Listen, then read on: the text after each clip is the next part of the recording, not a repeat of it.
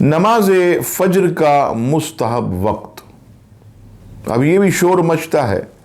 کہ اندھیرے میں کیوں نہیں پڑھتے، روشنی میں پڑھتے ہو، یہ کہاں سے ثابت ہو؟ بھائی سنو ابو داؤد کی حدیث پاک، حدیث نمبر 424، امام ترمذی باب الاسفار میں حدیث کو نقل کرتے، حضرت رافع بن خدیج رضی اللہ تعالیٰ عنہ سے روایت، رسول اللہ صلی اللہ علیہ وسلم نے فرمایا کہ صبح کو خوب روشن کیا کرو کیونکہ اس میں تمہارے لیے ثواب زیادہ ہے یا اس کا ثواب. امام بخاری کے استاذ امام ابن ابی شیبہ اپنی حدیث کی کتاب مصنف ابن ابی شیبہ والیوم 1 پیج نمبر 332 پر نقل فرماتے، اور شرح معانی الآثار امام طحاوی والیوم 1 پیج نمبر 378 پر نقل فرماتے ہیں کہ حضرت ابراہیم نخعی